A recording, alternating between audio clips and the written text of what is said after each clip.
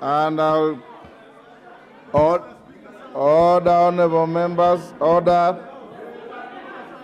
order,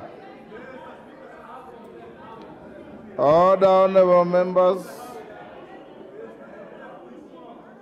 Honorable Ichungwa, you just remind the minister her responsibility and Article 153 of the Constitution. Order. We'll now have Minister Alice Wahome of Water, who is in the House. We'll move to that. Honorable members, and I want to thank the majority and minority leaders. This House is the center of the people's will.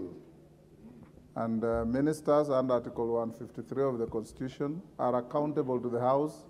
And the words of the Constitution say, whenever required, shall attend, not may attend or will attend, shall attend to the House. So, Honorable Ichungwa, you are showing a good example as majority leader. And Wandai informed the minister that, and indeed all ministers, none of them comes to the House at their choosing. They come to the House when the House has material for them to come and attend to. So it's contemptible for a minister to write a letter and say, I'm not coming today, I'll come next Wednesday. She doesn't know what is there next Wednesday.